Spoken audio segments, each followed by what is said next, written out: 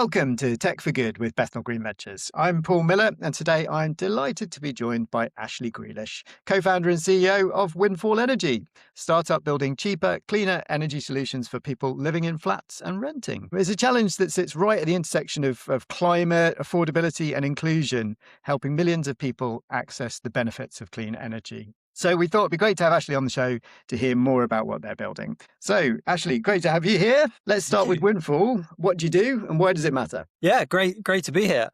Windfall Energy, we make it easier to use cleaner, cheaper energy in your flat. And we do that with our first product, which is the Windfall Battery. And the Windfall Battery is a no-install home battery that works in any home. It's small, it's designed to be in your flat, and it stores cheap, clean energy when it's available. So it looks at the North Sea wind turbines, and when the wind's blowing, it stores that energy in your battery, and it saves that power for later when we typically use gas power. It powers your home during those times. And by doing that, it can save you money on your energy bills and allow you to use more energy. So why have you chosen flats and people who are renting? Because I mean, essentially, they've been left behind in terms of the products and services that are available in the energy transition. But tell us why you specifically chosen them. Of course. So we started Windfall Energy with this idea that really it was before the product. We started with the idea, which is in flats, in rental homes, in smaller homes, there is nothing really you can do, right? So here, I'm on the 4th floor flat here, and you obviously can't put solar on my roof. There's another flat above me. I used to work in electric vehicles, so I do have an EV, right? But it's on the ground floor. It's actually in the basement, so I can't plug it into my flat and use it to help kind of balance the grid like you hear talked about a lot. And the more and more people we spoke to, they either lived in a house that is a terrace home where they couldn't install clean energy, a rental home where it didn't make sense for either the person renting or the landlord to invest in long-term payback energy products. So we felt like there was a really kind of big missing gap in this energy transition that we hear about. And so we thought we want to do something about that. And there's loads of reasons why this hasn't been looked at before. I think a big one is the economics around this.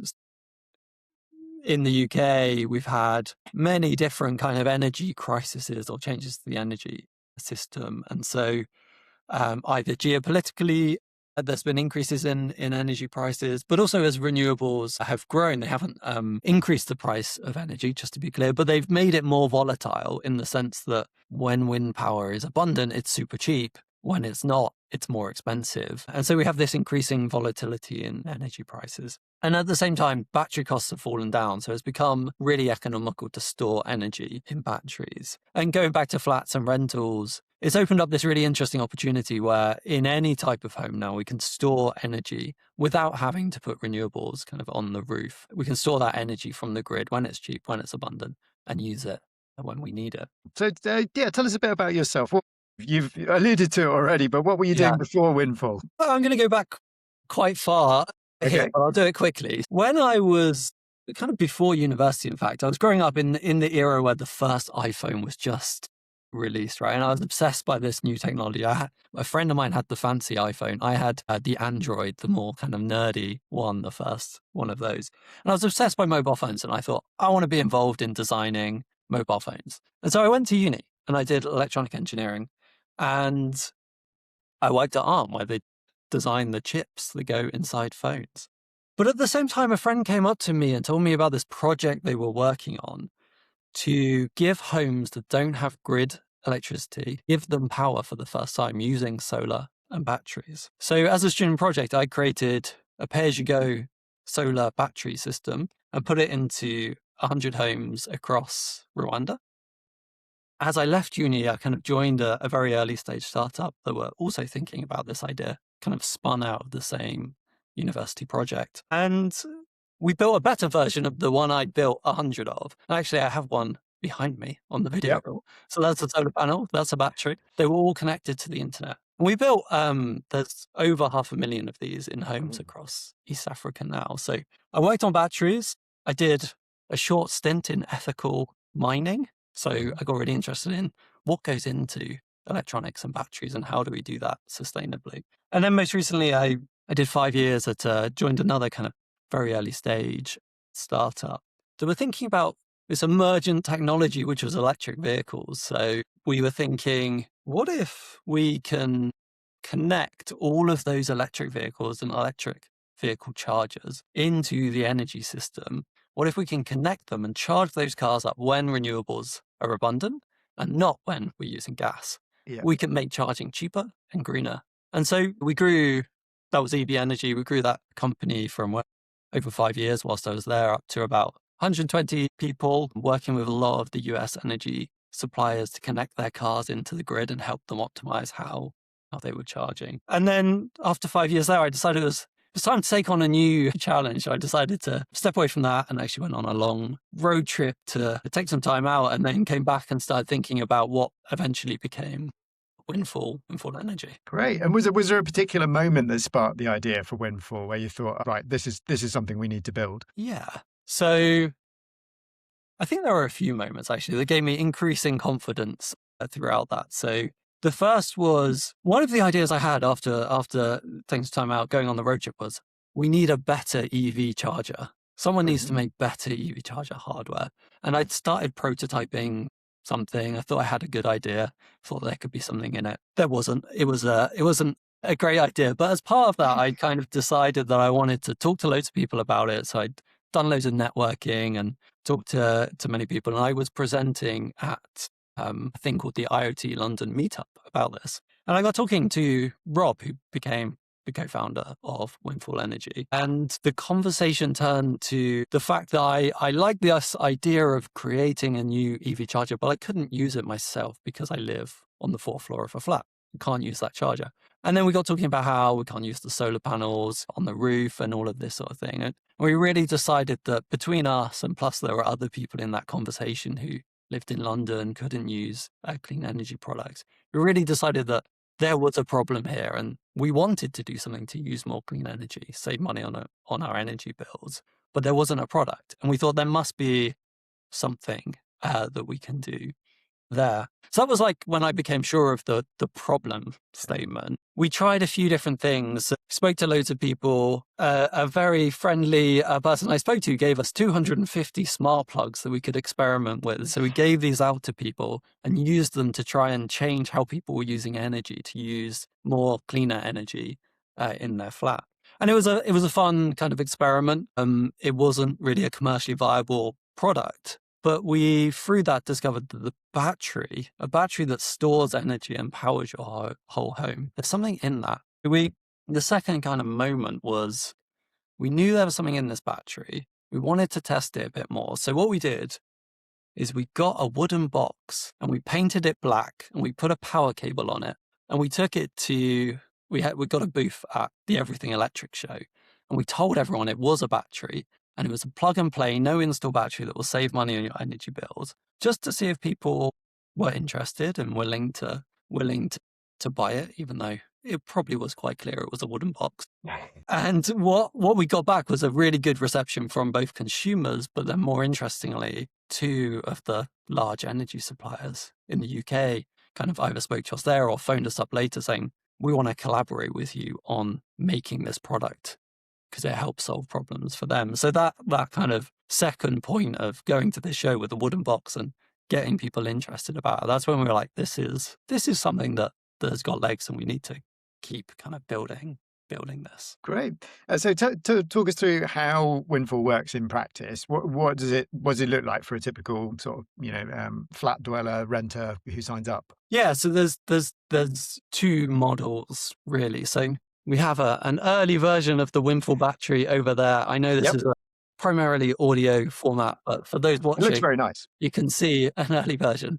So it's a small home battery. It's a few interesting things about it. It's under 30 kilos, which sounds kind of arbitrary, but it's really important because it means we can ship it through normal delivery services. So you buy this battery online, it gets sent to your home, no kind of special courier that says I'm going to deliver it in 2 weeks and then doesn't turn up. It's just normal delivery services. Then the big thing that's different is there's no install needed here. So normally you'd have to then get an electrician to come and wire this thing in. Here you just plug it into the wall and it starts charging up when energy is greener and cheaper, and powering your home at the other times. And so no install needed. And then you start saving money on your energy bills over time. So it can save up to 250 on your energy bills a year. The second way, and this is what we're working on at the moment, is we want to partner with energy suppliers, and we're kind of referred to this already. The idea being that instead of you as a customer kind of buying this up front, it will be sent to you by your energy supplier. You plug it in, and then it's kind of controlled by the energy supplier in the sense that they know when energy is cheapest, they know when renewables are most abundant. So they charge it up when that's true. And then it powers your home during the other times. And so it's a more seamless experience, kind of really deeply integrated with your energy supplier. And so yeah, that's really how it works. And I think I kind of referred to the one just behind me, but I think by the time this comes out, if you look on the Windfall Energy website, you'll see the latest version, and you'll be able to see a bit more of how it works and what it looks like. Yeah, and you're about to launch that. So tell us a bit about what's coming up. Yeah, so we're about to launch the pre-order campaign. This is kind of motivated by us going to lots of events and talking about this product and people saying, we would like one. We want one now. And so we thought, why don't we get those people together as a group, do a pre-order campaign where they put down a deposit for the first 100 batteries that we're going to make. There's going to be some interesting, fun, kind of special additions to those first ones, some special enhancements, I guess, that probably are now live by the time this goes out, but I'll keep them secret for now. But yeah, we really want to kind of build that community around this, get those people that are already keen to have one in their home involved, and they can kind of watch as we get this kind of into production and get it live. So yeah, really excited to launch that pre-order campaign, and then more excited to get them kind of into homes, into the hands of people that want them. Great. And just, I mean, on the maybe the less exciting side of things, climate tech has this reputation of like, yeah, it has to be big. Yeah, it has to be like sort of, it has to be really expensive.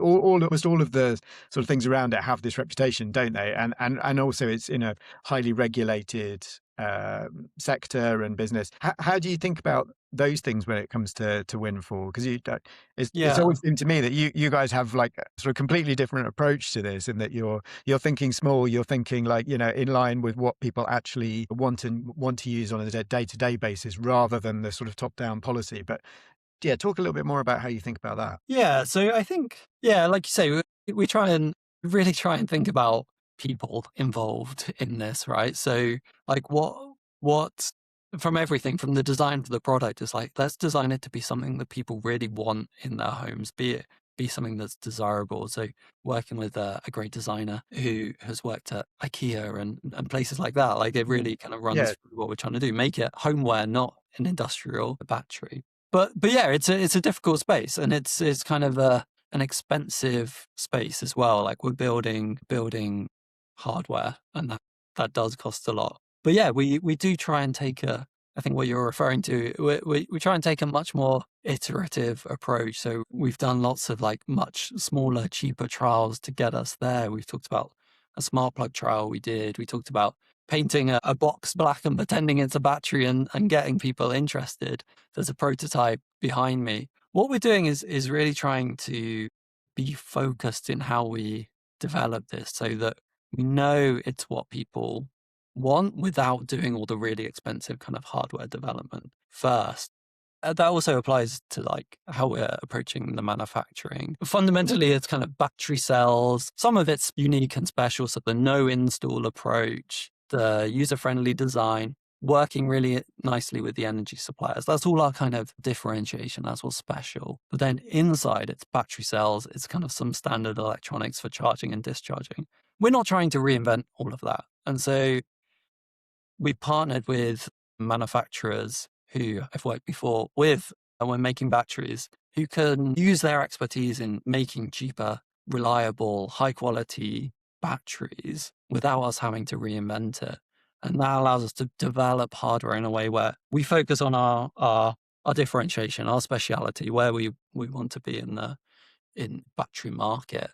We focus on that, and we use stuff that exists where we don't need to reinvent it. So we've really focused on trying to do that iterative way, in a way that makes hardware slightly less expensive to develop. Still not as cheap as a SaaS product, but slightly less expensive to develop. Yeah. And how do you think about, maybe it's not a balance, but that the contrast in some ways between the commercials of what you're trying to do and your social and environmental sort of mission? Because this is an interesting product for me. I alluded to it in the intro because actually you are working with a not like super affluent group Mm. necessarily, in that, renters typically would be seen by a lot of businesses as, almost like a slightly less affluent audience, all those kinds of things. But Yeah. how do you think about Yeah, that's interesting. I always say we've designed this product for flats, rentals, smaller homes. And that is absolutely true. It's what we did.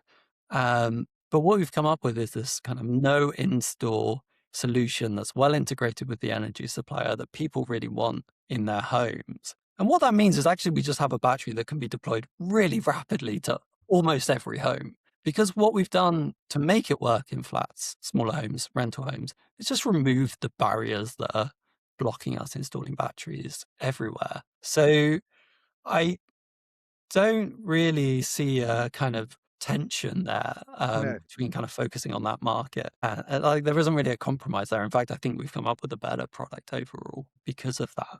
But then you talk about kind of that, yeah, how do we balance the kind of commercial elements? And I think probably more where that will come is, when we're when we're making millions of batteries a year, I'm sure we'll have some kind of more interesting dilemmas around where do we focus on bringing down cost versus the kind of environmental sustainability mission. I think what we've done is build that into our business model so they are aligned. Like we need a battery that lasts as long as possible to minimize the ROI.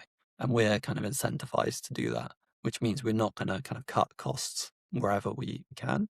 But there will be some interesting dilemmas. Battery cells and the end of life is an interesting one that we thought a lot about. How are we going to handle, even though they last kind of more than 10 years, how are we going to handle those batteries? And the kind of the recyclability of LFP cells is something that's still kind of deep in research and not all worked out yet. And we have to kind of work out what the solution is now when it's going to happen in 10 years time. So there are some dilemmas within that we have to think about, but mostly it's everything kind of aligns itself quite nicely. Yeah, I mean, you're touching on this already, but what do you think of when we're talking about tech for good when it comes to climate and energy? I mean, for me, there is that element of thinking about the full Yeah. lifetime, thinking a bit more long term, because yeah, there's all sorts of unintended consequences of scale and so on, which we've talked about with you Yeah.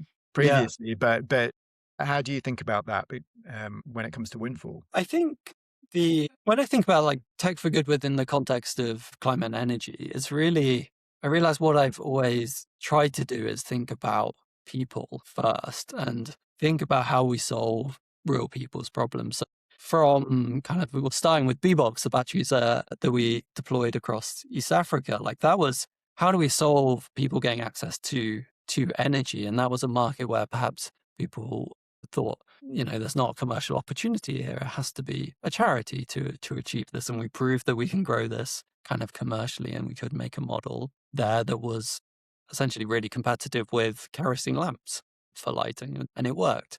But we weren't kind of doing that altruistically. We used renewable energy because it worked, right? Mm. This was where we started Rwanda, the land of 1,000 hills. It's really hard to build grid there.